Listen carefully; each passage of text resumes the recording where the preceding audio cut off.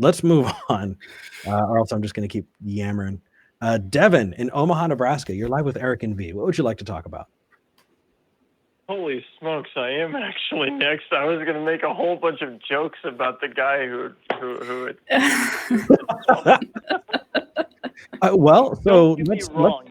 let's No. contextualize Don't it get first. me wrong. I have no problem with different beliefs or whatnot. I myself am trying to come out of a belief, but with some of the stuff that he was presenting was just it was a jewel. It was a jewel. So I'll tell you why I wanted to talk to you so bad immediately after that. Because it says in the notes, Okay. finding a way out of religion, seeking advice on leaving behind certain religious teachings. And one of the things that I think is really pertinent here is there are a lot of people who, have trouble letting go of hell, right? Or trouble letting go of certain baked in concepts about, sex and gender roles, say, or, ways that we should be treating each other, weaponizing shame and things like that. But we don't really take into account all the wacky, crazy shit that everybody else believes, and we're not afraid of it. And so, right? I mean, No, if somebody, absolutely. I totally yeah, understand. if somebody has a different faith background, and there's a punishing figure, a devil equivalent or a hell equivalent, um, it's funny and it's particularly telling that we're not afraid about that one. We're afraid of the one that we were indoctrinated with. But what Well, the funny specifically thing. for you are you having trouble leaving behind? Sorry. Go ahead. No, it's okay. I was talking at you. I wanted to get to you particularly. What are you having trouble or need advice in leaving behind? Well, I because of what you had just said while after presenting me onto the call, there was another individual who had made the reference of difficulty of leaving behind the idea of hellfire, and Satan, blah, blah, blah, Mm-hmm. blah. And lots of different religions actually have this same concept. She doesn't have that same fear of those other religious notations.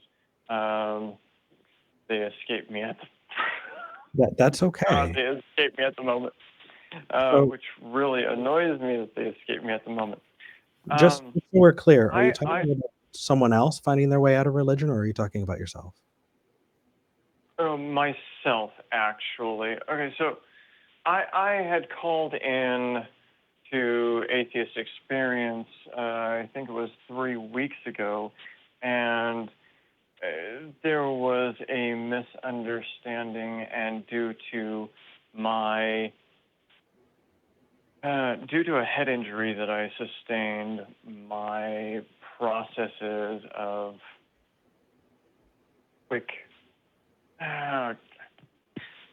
I'm very slow.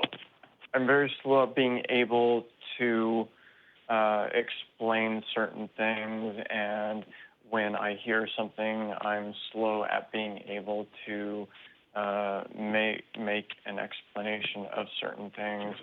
And things got really out of hand. It wasn't understood by Matt that I was actually trying my hardest to get rid of certain concepts. The last hankering concept is an idea of a soul. The reason why I have a difficulty with it was because, and I use this colloquially only, because I know that an out-of-body experience is only a lucid dream. But the first time that I had it was when I was still religious, and it was still at least a decade before I ended up leaving religion. Mm-hmm. So I had gotten used to calling it an out-of-body experience. Yeah. Hey, but sorry, I didn't hear what you said. Go ahead. No worries. I just want to chime in a little bit. There are a couple of things you said. And I think it's particularly poignant. A few weeks ago, I actually ran over somebody who was taking their time trying to get an idea out. And afterward, it came to my attention, and I re-listened to it and saw that I had indeed totally trampled somebody. And the first, I'm kind of using this opportunity talking to you to say sorry. Oh, um, no, by all means, go ahead. you- Go ahead. so yeah, 100% go ahead. so we do our best, and we don't always have all of the information. And I just want to say that having this issue, it takes a lot of guts to call into a show like this. I think that a more reasonable format might be email or our Discord, just because you can take your time and work through those things. And there are a whole lot of people smarter than me, you know. And the more people who can kind of help there, the better. But that said, number one, affirmation.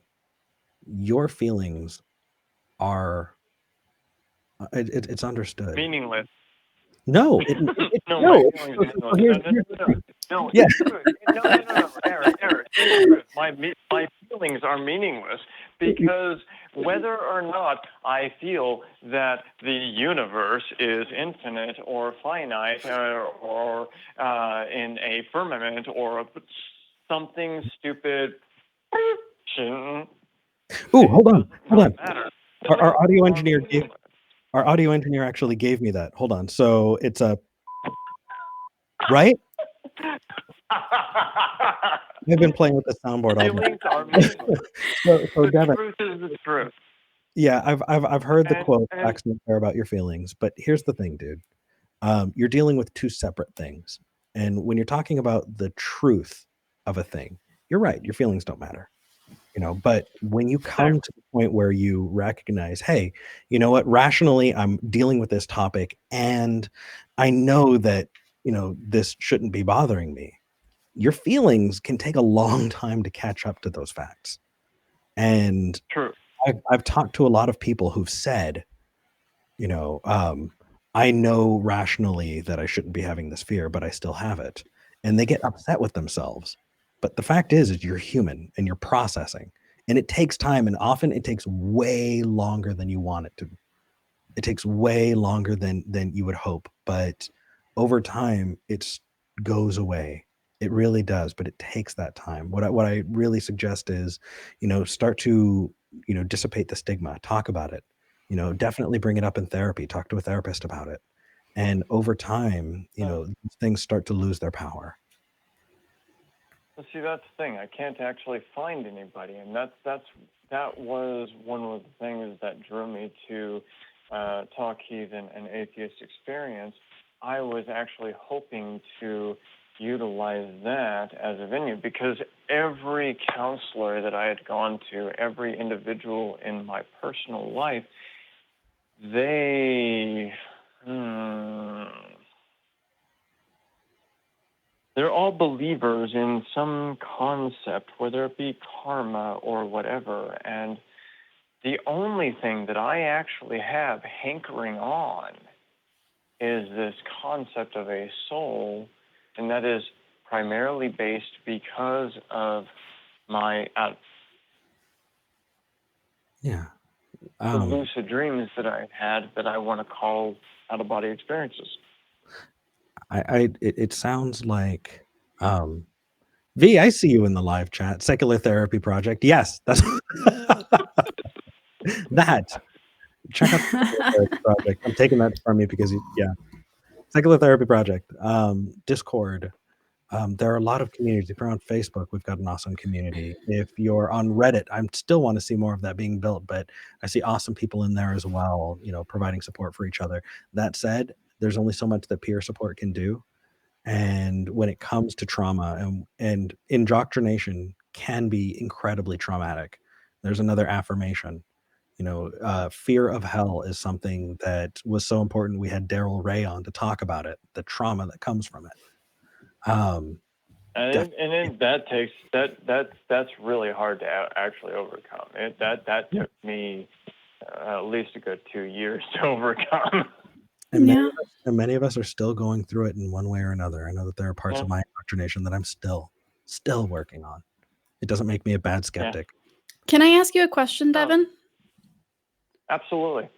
I'm curious why the concept of a soul is something you feel. I'm assuming there's an emotional component there. Is it a desire to either figure out? Is it just a curiosity? Do we have one? Is there an emotional component? Why is this the thing that you're trying to grapple with right now? All right, so initially it was the factor that I had latched onto because of the endorphins that were released during the experience, which really made the experience what would be referred to as extremely blissful. Okay. If anybody has ever actually experienced an out-of-body experience or a lucid dream, mind you, anytime I say out-of-body experience, it's a colloquial term. It is a lucid dream. I recognize that. We're following you, man. Yeah, you're fine. Okay. We can use that term for this call. We're good. Okay, so you kind of at any rate, the endorphins that are released are so profound that made it to where it was something that I latched onto. It was also something that was essentially the only thing that actually released me from my, as much as I hate to say, my suicidal depression. So no matter what, I wanted to try to figure out how to cause these experiences. And that was another little something that I think Matt misunderstood. I'm going to pursue this, period. Because Matt's not in the room, I feel a little uncomfortable. My apologies. I will not bring him up again. No, it's okay. I'd rather have the people that are being talked about to talk about them instead. He does. But that's he doesn't have the ability to defend himself, and I knew I was walking in silence. No worries, man. So that said, Devon. Yeah, go ahead. No, it's okay. I don't know. It feels like we might be rehashing over, but what we're kind of saying here is, number one, it sounds like you're well on your way toward working through things that you were indoctrinated with, and those fears don't just go away overnight. And in that way, your feelings are valid. The facts don't change based on your feelings, and you recognize that. But that doesn't mean that you should discount your experience in that way. You have to go through that, and it sucks. It doesn't mean that reality is changing. It just means that you've got to process. So take your time. When nobody's good or bad. Good or bad, I actually enjoy any new experience, even if it is bad. Whenever sorry for specifying this, even whenever my intestines ruptured, it was a new experience. It was something completely new. It was something that I actually enjoyed on some level because of the factor.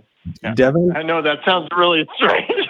No, I'm thinking there's some stoic philosophers back in the day who are just celebrating you right now. Just my inner absurdist just loved that. No, you actually have to understand. I actually had a very abusive childhood, which ended up eventually causing this whole issue.